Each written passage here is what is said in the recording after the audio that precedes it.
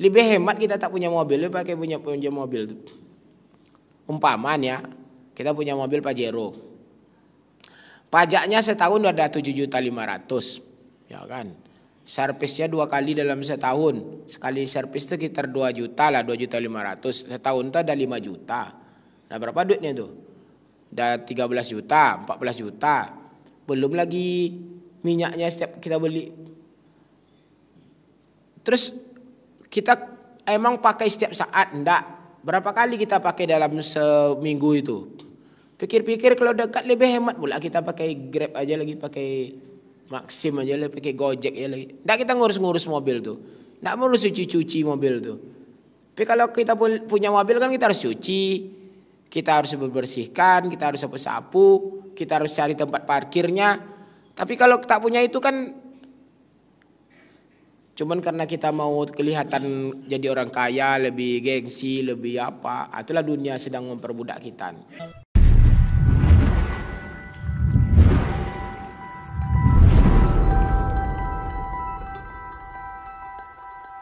Tema yang kita ambil salah satu maqam dalam kitab Risalah Qusairiyah yang mesti dimiliki oleh seorang sufi itu, apa yang disebut dalam kitab itu dengan kata-kata hurriyah.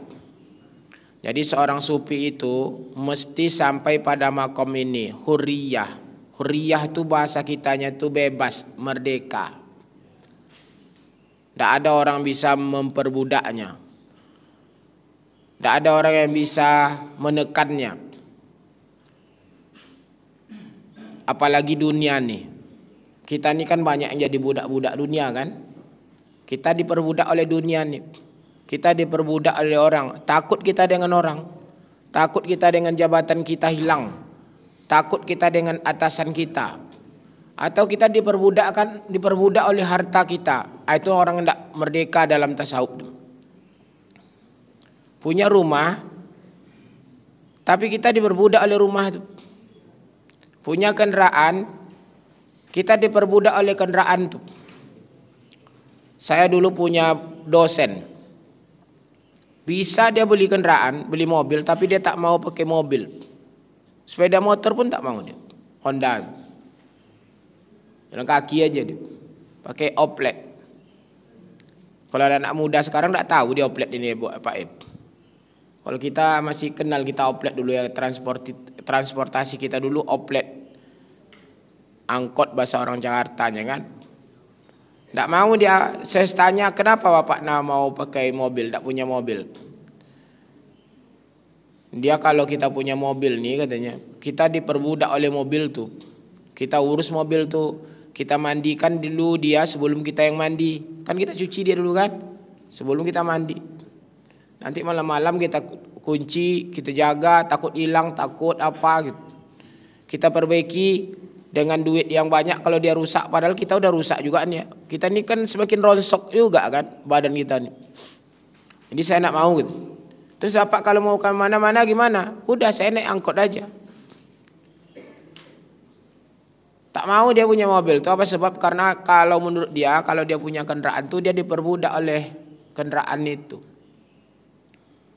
Nyaman aja dia. Padahal dosen nyantai jalan aja dia. Kalau tidak ada transportasi itu berhenti maunya angkot tuh di situ, oplet itu, terus ke kampus tuh tak ada kendaraan, jalan kaki nyantai aja dia. Merdeka dia, bebas. Nah, itu yang disebut oleh orang tasawuf itu, seorang sufi itu harus sampai pada level hurriyah, bebas. Bapak Ibu, ada salah seorang sahabat yang dikenal sebagai sahabat yang punya makom hurriyah nih. Bapak Ibu pernah dengar nama orang Abu Dzar Al-Ghifari? Jadi kalau ada yang buat nama anaknya Abu Dzar Al-Ghifari, itulah dia tuh, sahabat yang bernama Abu Dzar Al-Ghifari. Dari suku Ghifar. Ghifar itu suku di Saudi itu, di Makkah itu isinya para penyamun, perampok. Nah, termasuklah Abu Dzar Al-Ghifari ini sebelum dia masuk Islam. Tapi namanya sebelum masuk Islam bukan Abu Dzar. Saya lupa namanya, nama Abu Zar ini. Tapi sebelum masuk Islam bukan itu namanya. Dia perampok pemberani. Tapi dia tidak mau ikut-ikut seperti kaumnya menyembah patung, berhala segala macam. Dia yakin bahwa ada yang maha kuasa, tapi bukan patung itu. Jadi ada tauhid sebenarnya dalam hatinya. Ketika dia dengar Muhammad bawa agama Islam di kota Makkah itu, dia datang ke kota Makkah itu. Dia cari Nabi Muhammad. Hari pertama dia datang tak ketemu Rasulullah sallallahu alaihi wasallam. Hari kedua dia ketemu dengan Rasulullah SAW dan menyatakan Islamnya. Pada waktu itu pas pula Islam waktu itu dikembangkan dengan secara diam-diam. Masuk Islamnya diam-diam. Jadi kalau udah masuk Islam diam-diam saja, jangan kasih tahu sama orang. Apa sebab? Bahaya. Karena umat Islam waktu itu sedikit, nanti dibunuh orang, diajab-ajab orang, disiksa orang. Masuk Islam Abu Zar Al-Ghifari itu bukan itu dilakukannya. Pergi dia ke Ka'bah itu, dia deklarasikan, dia umumkan, saya Muslim, pengikut Muhammad Rasulullah SAW. Ada yang berani? Dikeroyok orang oleh orang-orang kafir Quraisy itu, berdarah-darah, terkapar. Tiba-tiba ada yang tahu, jangan diganggu, jangan bunuh dia kan. Apa sebab? Karena ada yang kenal bahwa Abu Zar ini dari suku Ghifar. Suku Ghifar ini sarang para penyamun. Kalau sempat dia mati katanya, tidak bisa kita berdagang ke Syam lagi. Habis kita dibuatnya kata. Dulu kan ada tradisi balas-balas dendam itu kan. Nanti tidak harta kita aja diambil, kita dibunuhnya gitu. Tidak jadilah Abu Zar Al-Ghifari itu dibunuh ketika dia masuk Islam itu pertama itu. Selamat dia pingsan, dia teriak lagi, saya Muslim. Ada yang berani? Ada yang berani? Dikenallah Abu Zar Al-Ghifari itu sebagai seorang pemberani. Dia memang gagah, dia kuat fisik. Bapak, ada wasiat Rasulullah SAW yang selalu dipegang oleh Abu Zar Al-Ghifari itu di mana-mana, dan dia selalu sampaikan di mana-mana. Apa katanya? Khalili, kekasihku, maksudnya Muhammad SAW. Muhammad SAW mewasiatkan kepadaku, kata Abu Zar Al-Ghifari itu. Apa? 7 perkara. 1 katanya, saya diminta oleh Rasulullah SAW mencintai orang-orang miskin dan membela orang-orang lemah. Seumur hidup Abu Zar Al-Ghifari itu selalu membela orang-orang lemah. Asal ada orang yang mengganggu orang-orang lemah, orang-orang miskin, dia berdiri di depan orang miskin untuk membelanya. 2 kata, saya diminta oleh Rasulullah SAW tidak boleh melihat ke atas tapi melihat ke bawah. Ya Pak ya, lihat ke atas makanya bukan lihat ke langitnya. Jangan lihat orang kaya, jangan lihat orang hebat, jangan lihat orang punya mobil, jangan lihat orang sehat, tapi lihat orang yang ke bawah-bawah lah, yang lebih rendah dari kita. Kalau kita sederhana, tengok orang miskin-miskin. Kalau ada orang kita miskin, tengok orang-orang yang lebih fakir dari kita. Saya diperintahkan oleh Rasulullah SAW. Yang kedua, itu wasiat yang selalu dipegang di mana-mana, untuk tidak melihat ke atas, tapi lihat ke bawah. Ketiga kata Abu Zar, saya diperintahkan oleh Rasulullah SAW, kekasihku, karena dia betul-betul mencintai Rasulullah SAW. Kekasihku katanya memerintahkan aku untuk menyambung silaturahmi meskipun aku tidak menyukainya.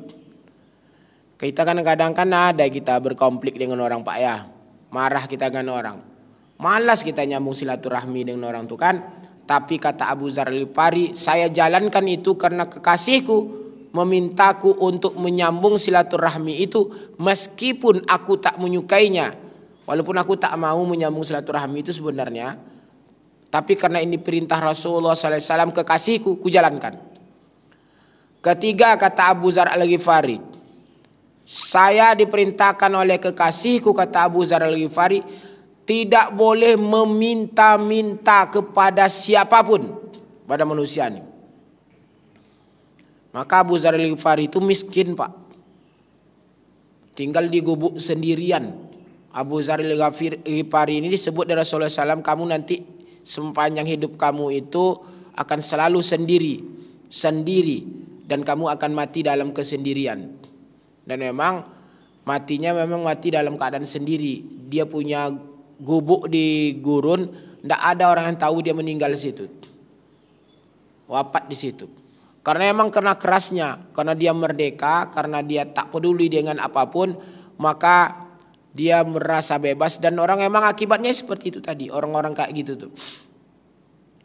Saya diperintahkan oleh kekasihku, kata Abu Dzar Al-Ghifari, tidak boleh meminta-minta kepada siapapun, tak boleh minta. Ini sebab kalau kita meminta nih, kita jadi budak ya dibuat. Kelima, kata Abu Dzar Al-Ghifari, kelima ke enam lagi itu. Saya, kata Abu Dzar Al-Ghifari, diperintahkan, diberi wasiat oleh kekasihku Muhammad SAW untuk mengatakan yang benar itu meskipun itu pahit. Walaupun gara-gara kita mengatakan sesuatu itu lalu orang benci ke kita, saya diperintahkan oleh Rasulullah melakukannya. Rasulullah mewasiatkanku kepada itu. Maka jangan heran Abu Dzar Al-Ghifari ini selalu menasihati para khalifah itu. Siapa yang berani menasihati Umar bin Khattab? Abu Dzar Al-Ghifari. Siapa yang berani menasihati Utsman bin Affan? Abu Dzar Al-Ghifari. Dengan tegas dan keras dia sampaikan peringatan-peringatan itu. Apalagi ketika Utsman bin Affan. Utsman bin Affan itu kan kaya, hartanya banyak. Hidupnya bermewah-mewahan lah. Dan orang-orang sekitarnya itu ikut-ikut pula hidup mewah-mewahan waktu itu. Abu Dzar Al-Ghifari ini dengan keras menyampaikan pesan itu kepada Utsman bin Affan. Akibatnya apa? Orang-orang di sekitar Utsman bin Affan mengucilkan Abu Dzar Al-Ghifari ini. Tapi dia lakukan itu. Dan yang terakhir katanya yang diwasiatkan oleh Rasulullah SAW kepadaku, kata Abu Dzar Al-Ghifari, untuk selalu berzikir dengan kata-kata la haula wala quwata illa billah il aliyyil azim. Itu yang dilakukan oleh Abu Dzar Al-Ghifari sepanjang hidupnya. Wasiat Rasulullah, orang yang dicintainya, yang disebut itu. Apa akibatnya? Abu Dzar Al-Ghifari ini dikenal sebagai salah seorang sahabat yang hurriyah, yang merdeka, yang bebas, yang tak takut dengan apapun dan tak meminta apapun dan tak memerlukan manusia. Itulah yang disebut bebas itu, merdeka itu. Jadi orang-orang yang bertasawuf itu Bapak Ibu, tak ada lagi dunia ini bisa memperbudaknya. Tidak ada orang lagi bisa memperbudaknya. Kenapa? Karena dia tak perlu orang tuh. Dan dia tak akan minta itu kepada orang lain. Lalu kenapa kita bisa diperbudak dunia, diperbudak orang? Karena itu tadi. Apa nih Bu yang saya hormati, ini saya bacakan beberapa teks-teks dalam kitab Ar-Risalah Al-Qusairiyah ini tentang bebas ini. Qala al-Ustadz Asy-Syaikh innal hurriyata alla yakunal abdu tahta raqil mahluqat. Ini maksud dengan hurriyah itu adalah seseorang itu tidak menjadi budak dari mahluqat, dari makhluk ini. Jadi jangan kira tidak ada perbudakan sekarang, ada perbudakan Bapak Ibu. Kekayaan itu, harta itu bisa memperbudak kita. Maka kalau supaya harta itu tidak memperbudak kita, tidak usah ada harta tuh, tidak usah harta itu memperbudak kita.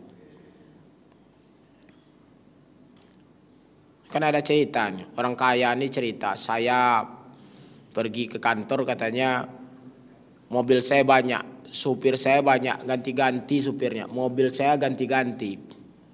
Terus tanya sama orang miskin nih, berapa buah mobil kamu? 10 katanya. Terus supirnya berapa? 10 gitu. Oh, saya lebih kaya dari kamu. Iya. Berapa mobil kamu? Kata orang kaya itu. Mobil saya tak bisa saya hitung. Supirnya tak, saking banyaknya supir saya, supir itu tak saya kenal.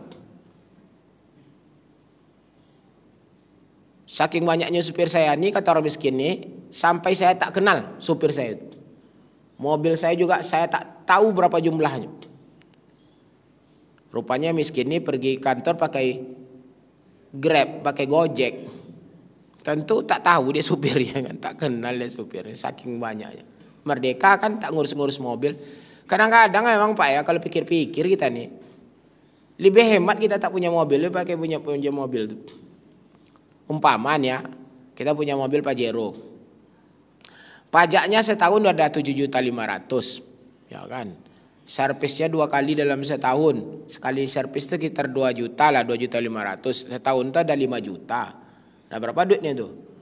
Udah 13 juta, 14 juta. Belum lagi minyaknya setiap kita beli.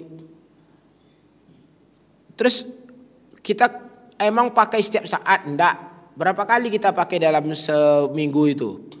Pikir-pikir kalau dekat lebih hemat pula kita pakai Grab aja lagi, pakai Maxim aja lagi, pakai Gojek aja lagi. Enggak kita ngurus-ngurus mobil tuh. Enggak ngurus cuci-cuci mobil tuh. Tapi kalau kita punya mobil kan kita harus cuci, kita harus bersihkan, kita harus sapu-sapu, kita harus cari tempat parkirnya. Tapi kalau tak punya itu kan cuman karena kita mau kelihatan jadi orang kaya, lebih gengsi, lebih apa. Itulah dunia sedang memperbudak kita. Wala yajri alaihi sultanul mukawwinat. Tidak ada kekuasaan para penguasa itu, sultan itu yang bisa mengaturnya. Jadi kalau ada penguasa itu tidak bisa penguasa mengaturnya itu. Itulah orang yang merdeka, yang bebas. Wa alamatu sihhatihi sukutut tamyizi an qalbihi bainal asya. Tandanya orang yang sudah merdeka itu tak ada beda sesuatu dalam hatinya. Fatasawa indahu ahtarul i'rad. Apapun yang menghadang di depannya itu sama baginya. Maksudnya gini, kalau ada orang memujinya itu sama artinya kalau ada orang yang menghinanya.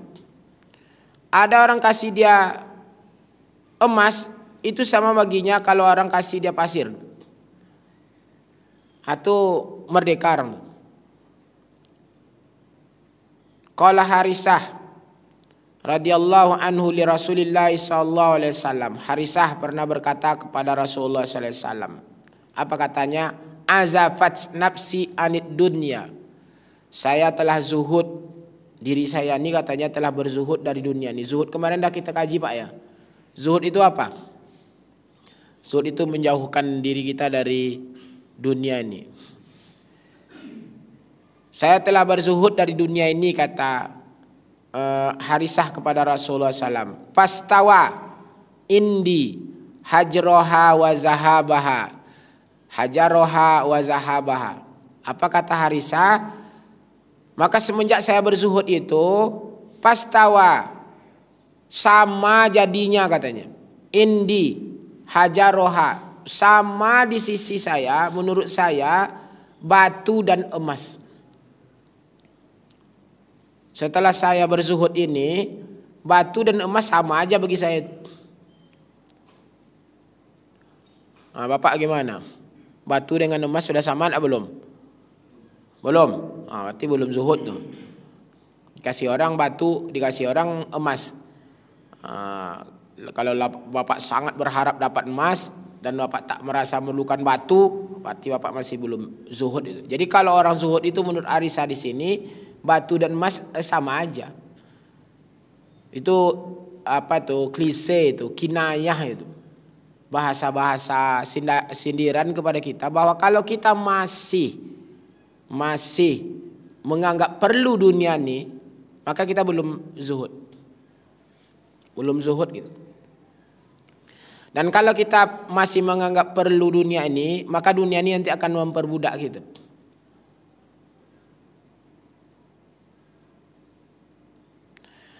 Wa qala al-ustad Abu Ali Ad-Daqqaq. Ini salah seorang ulama sufi besar nih. Abu Ali Ad-Daqqaq pernah berkata, "Man kana fid dunya harran minha." Siapa yang di dunia harran, hurriyah tadi, merdeka dari dunia ini, kana fil akhirati harran minha. Maka besok di akhirat dia pun bebas dari dunia itu. Pak, besok kita nih setelah mati ada namanya besok di hari kiamat itu yaumul hisab, kita diperiksa. Periksanya tidak main-main, Pak. Kalau mau tahu seperti apa rasa diperiksa, tanyalah ke orang-orang yang pernah diperiksa oleh jaksa, diperiksa oleh penyidik itulah, baik penyidik kejaksaan, di kepolisian. Tanyalah. Satu kasus itu, kesalahan kita satu, itu bisa berhari-hari, bisa berbulan-bulan tuh periksanya. Padahal yang nanya itu anak-anak muda-muda kecil-kecil katanya. Di bawah kita, tapi menggigil kita dibuatnya katanya. Apa sebab? Karena kita salah. Padahal manusia tuh bisa ditipu-tipu tuh. Bisa dibodoh-bodohin tuh manusia yang periksa. Berhari-hari, berbulan-bulan. Bayanglah besok di akhirat kita punya banyak kesalahan. Yang memeriksanya malaikat. Nggak nipu, nggak bisa. Buktinya ada. Menggigil, Pak. Lalu kalau kita nggak mau ngomong lidah nih, tangan kita, kulit kita, mata kita, kaki kita, semua anggota tubuh kita nanti akan bicara. Nanti ditanya tentang dunia kita nih. Dunia kita nih tanya. Kalau punya kekuasaan, kekuasaan kita ditanya. Kalau punya jabatan, jabatan itu ditanya. Kalau punya harta, harta itu ditanya. Punya apa kamu dulu kendaraan? Punya Pajero malaikat. Berapa kau beli Pajero itu? 650 juta malaikat. Dari mana kau dapat duit tuh? Jelaskan dari mana duit 650 juta tuh. Kau cuman pegawai negeri biasa, golongan 3. Mana kau dapat? Jelaskanlah tuh. Dari mana duit tuh dapat? Anda bisa bohong. Anggaplah setelah diperiksa, apa kata diperiksa, dapatlah dia menjawab bahwa mobil ini halal duitnya. Oke, duit kau halal untuk beli Pajero ini, kata malaikat. Sekarang jelaskan kepada saya, berapa lama kau pakai Pajero itu? 20 tahun malaikat. Kemana kau bawa mobil itu hari demi hari? Wah, panjang jawabannya. Itu mobil kau terparkir di depan karaoke itu, kata malaikat. Apain mobil kau di depan karaoke? Malaikat, itu bukan saya yang bawa. Terus siapa yang bawa? Supir saya. Umpamanya kalau supir nih. Terus tanya malaikat, kenapa kau pilih supir kayak gitu? Kenapa nak kau didik supir kau tuh sampai dia ke karaoke? Panjang lagi kan? Tapi kalau kita tak punya harta, bebas kita dari dunia. Apa yang kau punya transportasi dunia dulu? Tidak ada malaikat. Tutup, kasus ditutup. Nah, ada saya punya mobil, tutup, selesai, kasus selesai, satu tuh. Kau punya rumah, ada malaikat. Ada punya rumah, tidak ada malaikat. Mana rumahmu? Sewa aja malaikat. Nah, ada, selesai pula satu. Tapi kalau ditanya rumah mana? Rumah besar. Berapa kira rumah kau dibeli itu? Di mana kau dapat duit beli rumah itu? Jelaskan. Panjang lagi. Punya apa kamu? Punya deposito? Tanya lagi. Punya tabungan, punya tanah, punya kebun? Panjang lagi. Maka kalau mau selamat dari dunia itu besok diperiksa, maka di dunia ini kalau menurut orang tasawuf itu tidak usah punya apa-apa. Supaya apa? Supaya besok merdeka. Supaya merdeka besok di akhirat dari pemeriksaan, maka merdekalah pula kita di dunia ini dari dunia ini. Supaya besok juga selamat dari dunia ini. Kata Abu Ali Ad-Daqqaq. Ini kalau kaji-kaji tasawuf ini kadang-kadang apa ya? Seolahnya berbeda dengan fikih itu nanti. Kalau orang fikih kan disuruhnya kita jadi orang kaya, punya banyak duit supaya bayar zakat, kan gitu. Sebenarnya tidak bertentangan itu. Silakan aja, tapi jangan masukkan harta itu dalam hati. Dia masalahnya kan gini, yang membuat rusak ini adalah kalau harta itu sampai masuk ke dalam hati kita. Kalau masuk harta itu dalam hati, hilang harta itu, rusak hati kita. Tapi kalau harta itu di genggaman, di tangan aja, tidak apa-apa. Bapak silakan yang punya harta banyak-banyak, Bapak infakkan, Bapak sedekahkan, Bapak bagi ke orang-orang, silakan. Tidak ada masalah. Ndak kecewa bapak kalau terjadi apa-apa dengan harta bapak tuh. Kalau hilang harta tuh, hati bapak ndak akan ada masalah. Selamat kita. Tapi kalau harta tuh dimasukkan dalam hati, itu membuat rusak. Orang tasawuf adalah orang yang menjaga hati, Pak ya. Jadi kaji tasawuf itu bagaimana hati kita ini bersih. Nah, itu kajinya tasawuf. Nah, yang dikaji oleh tasawuf itu bagaimana hati ini jangan sampai masuk dunia di dalamnya. Itu yang dijaga oleh tasawuf itu.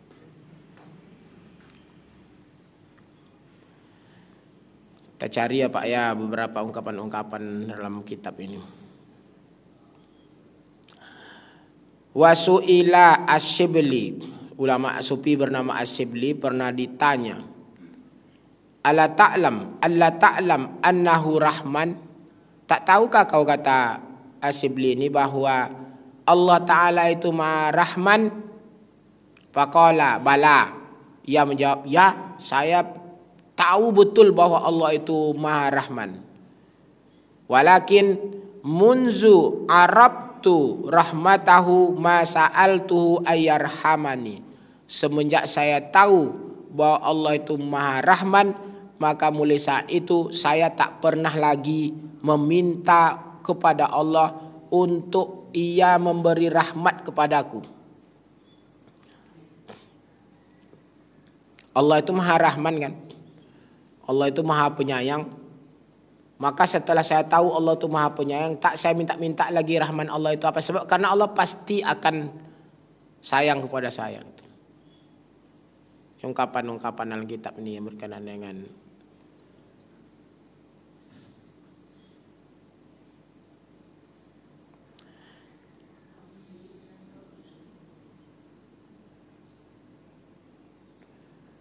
Faqala Al-Husain bin Mansur. Husain bin Mansur pernah berkata, Man aradal hurriyata, siapa yang ingin dapat makom hurriyah ini, rumusnya satu saja, falyasil lil ubudiyah. Siapa yang ingin dapat hurriyah ini, selalulah terus menerus untuk beribadah. Jadi kalau ingin kita dapat makom hurriyah ini, itu memang continue kita, tak putus-putus kita melakukan ibadah kepada Allah Ta'ala, maka kita nanti sampai pada level hurriyah ini. Tapi kalau ibadah kita terputus-putus atau sama sekali tak pernah melakukan ta'abbud kepada Allah Subhanahu wa taala, level hurriyah ini susah dapatnya.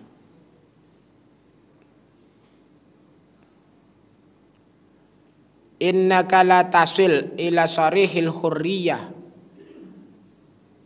wa alaika min haqiqati ubudiyatihi baqiyah. Apa kata Al-Junaid? Ini Al-Junaid yang ngomong nih. Kamu tidak akan sampai kepada makom hurriyah yang sesungguhnya, wa alaika min haqiqati ubudiyah baqiyah, kalau kamu belum sempurna ibadah. Jadi orang yang bisa seperti tadi, seperti Abu Dzar Al-Ghifari itu bebas, dia tidak ada takutnya dengan manusia, dia tidak perlu dengan dunia ini. Miskin Abu Dzar Al-Ghifari itu berani dia mengatakan yang benar itu meskipun itu pahit, dan tak mau meminta-minta kepada manusia. Artinya dia tidak ada yang diperlukannya. Budak ini kan takut-takut dengan tuannya, ini tidak ada. Itu kalau ubudiyahnya itu tidak ada kurangnya, tidak ada kurangnya.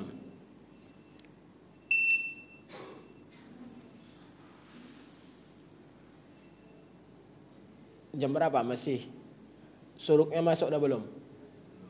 Belum. 10 menit lagi ya.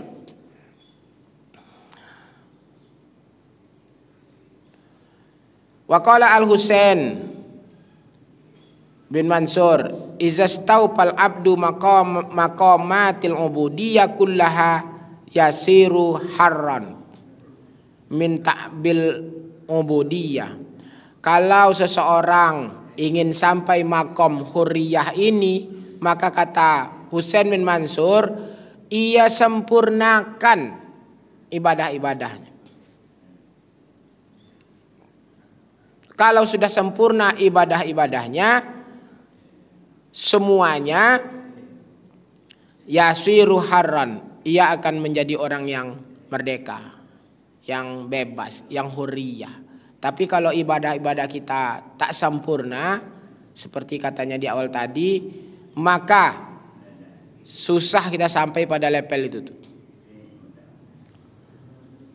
Bapak, jadi kalau Bapak ketemu dengan ulama-ulama, para sufi-sufi itu, nampak harismanya, takut orang dengannya, berwibawa dia, dicium orang tangannya walau oleh pejabat segala macam. Apa sebab? Karena dia merdeka tadi itu, bebas dia tak perlu apa-apa orang yang datang kepada dia.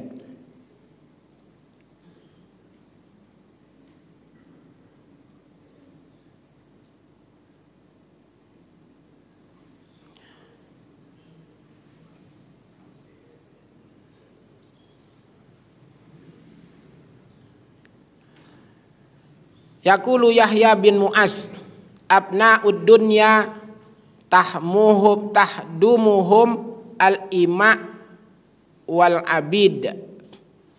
Anak-anak dunia ini itu membuat orang-orang akan menjadi budak dan pelayannya. Jadi anak-anak dunia ini, maksudnya anak-anak dunia itu ya harta, wanita, tahta, pokoknya itulah abna'ud dunia itu. Abna dunia ini akan membuat kita menjadi budak dan pelayannya. Wa abna'ul akhirah yahdumuhul ahrar wal abrar. Adapun anak-anaknya akhirat, abna'nya al-akhirah ini akan membuat kita merdeka dan baik. Jadi kalau kita nih mengejar-ngejar harta, mengejar-ngejar wanita lah mamanya, dan mengejar-ngejar tahta, itu akan membuat kita jadi budak lah, dan akan membuat kita jadi pelayan dari dunia nih. Maka oleh sebab itu, jadilah kita abnaul akhirah itu. Apa sebab? Kalau kita mengejar abna al akhirah ini, dia akan membuat kita merdeka dan membuat kita baik. Itu menurut Yahya bin Mu'az. Maka orang-orang tasawuf itu tak mau ngejar yang tiga-tiga dan tak peduli dengan yang tiga-tiga itu. Apa sebab? Karena yang tiga-tiga itu menurutnya membuat mereka tidak merdeka dan bebas.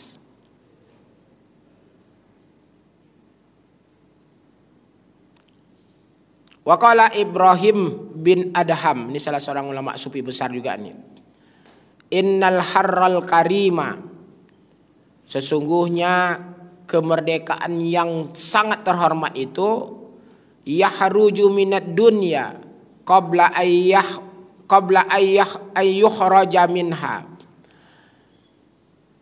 Merdeka yang sempurna itu adalah keluar dari dunia sebelum ia dikeluarkan dari dunia.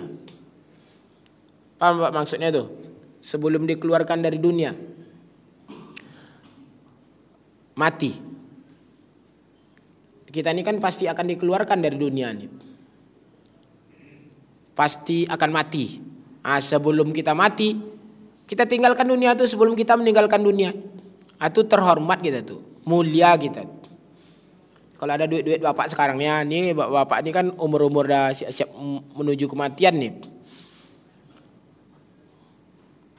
Ya umur 60 lah. Ada harta-harta itu, tinggalkanlah harta-harta itu cepat. Tapi kadang-kadang kata Rasulullah SAW nih, semakin tua kita, semakin tamak kita. Terasa oleh saya dulu waktu saya muda, rasanya hidup ini sesederhana aja, rasanya makan apa gitu. Tak ada terpikir. Sekarang terpikir juga anak, terpikir juga, wah kita nak punya ini, punya ini. Semakin tua semakin tamak kita dibuat nih. Saya sering kisahkan riwayat saya nih. Ada orang kaya di Panam itu, punya banyak tanah dia. Karena saya dulu pernah menjadi ketua Badan Wakaf Indonesia, kami nak membangun sesuatu, punya duit tapi tak ada tanahnya. Nak buat sekolah lah. Dapatlah kami orang kaya itu tanahnya banyak. Datanglah tempat dia. Dan kami rayu-rayu lah umurnya. Dah pensiun, dah lama pensiun. Umurnya mungkin sekitar hampir 70 lah. Datanglah ke dia. Rayu lah. Supaya dia mewakafkan tanah itu. Tidak buat sekolah lah di situ. Anaknya hebat-hebat. Ada yang jadi dokter. Ada yang sudah jadi camat. Apalah. Mantap lah dia. Untuk anak-anaknya udah oke. Maka kami sampaikan untuk apa lagi Pak. Itu kan. Ingat-ingatlah akhirat kita lagi. Itulah bahasa kasarnya dengan rayu-rayu lah segala macam lah. Tapi ada yang kata-kata yang sering saya sampaikan di mana-mana. Iya katanya anak ini sudah oke lah, tidak ada masalah lagi. Tapi saya teringat dengan cucu saya katanya. Jadi hartanya itu sampai ke cucunya dipikirkannya. Kalau kita pikirkan untuk anak kita masih mending lah ya kan. Ini cucunya dipikirkan. Cucunya ada pula belum lahir lagi tuh, entah ada atau tidak, kan baru menikah. Belum lagi untuk cucu saya yang satu lagi anak saya itu katanya baru menikah kemarin. Untuk cucu saya yang dari anak itu lagi katanya. Kalau dipikir pula cucu itu udah pikir pula cicit, nggak ada lagi. Kalau bapak punya harta supaya bapak keluar terhormat dari dunia ini, bapak bebaskanlah diri bapak dari harta itu. Tapi kalau anak bapak susah, kasih ke anak dulu. Sedekah terbaik itu ya bapak ya. Kalau bapak nih ngasih duit ke istri itu sedekah terbaik gitu. Jangan kira itu tak berpahala itu. Menyekolahkan anak, habis duit untuk anak supaya anak itu jadi anak yang soleh. Sekolahkan dia, biayai dia, jadi baik dia, biaya habis untuk itu. Itu jangan kira tidak sedekah itu. Itu sedekah. Sedekah terbaik itu. Ya, jadi jangan pelit kepada istri dan anak, karena itu sedekah yang terbaik.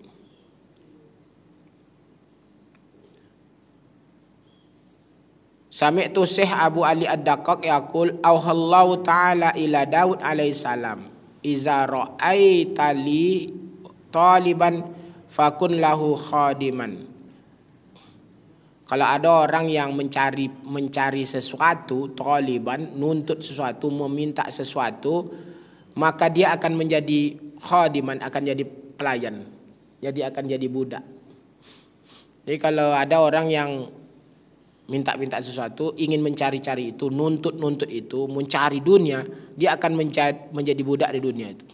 Kalau dia ingin menjadi pejabat, maka dia akan jadi budak dari pejabat itu. Saya ini kenal dengan beberapa pejabat lah di Riau ini. Dapat jabatan ini, jadi kepala dinas, jadi ini. Sering-seringnya mereka berkeluh kesah kepada saya. Harus bayar, Ustaz, harus bayar katanya. Bayar apa? Untuk dapat jabatan itu harus bayar, keluarkan duit gitu. Berapa bayarnya? Macam-macam sesuai dengan jabatannya katanya. Memang berapa bayarnya? Ada yang 100 juta, ada yang 200 juta, ada yang 50 juta. Bahkan jadi kepala sekolah aja katanya bayar gitu. Baru kepala sekolah aja bayar katanya. Terus saya bilang, emangnya kalau bapak tidak bayar kenapa? Tidak dapat jabatan tuh, diganti katanya. Memang kalau bapak tak dapat jabatan, apa masalah bapak gitu? Karena itu masalahnya. Karena dia ingin dapat jabatan juga, supaya dapat jabatan dan akhirnya dia buat dosa kan. Dan kalau duitnya keluar untuk itu, ya habislah. Ustaz besok evaluasi gitu, Prof besok evaluasi. Nampaknya saya kena evaluasi. Terus supaya saya tidak kena evaluasi, saya harus bayar. Wah. Akhirnya apa? Karena dia tetap ingin dapat jabatan, dia bayar. Ya bayar itu dia korupsi lah, riswah lah, nyogok lah. Itu yang terjadi. Apa sebab? Karena dia buru-buru itu. Dia jadi budak dari kekuasaannya. Tapi nyantai aja lah kasih jabatan.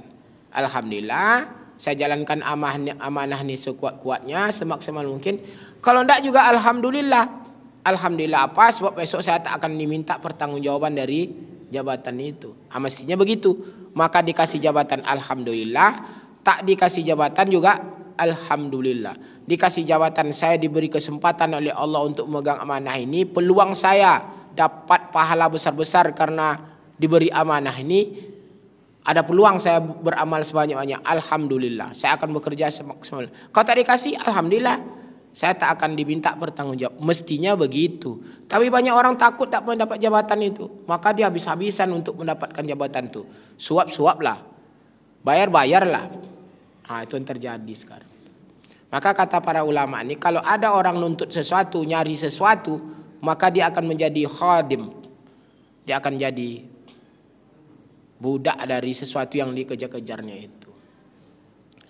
Apa ini yang saya hormati? Itu aja kaji kita subuh ini, mudah-mudahan ada manfaatnya bagi kita. Jadilah kita orang-orang yang hurriyah, yang bebas, yang merdeka, yang tidak diperbudak oleh manusia dan dunia ini. Nah, itulah kaji kita pada makom hurriyah ini. Demikian, terima kasih, mohon maaf. Assalamualaikum warahmatullahi wabarakatuh.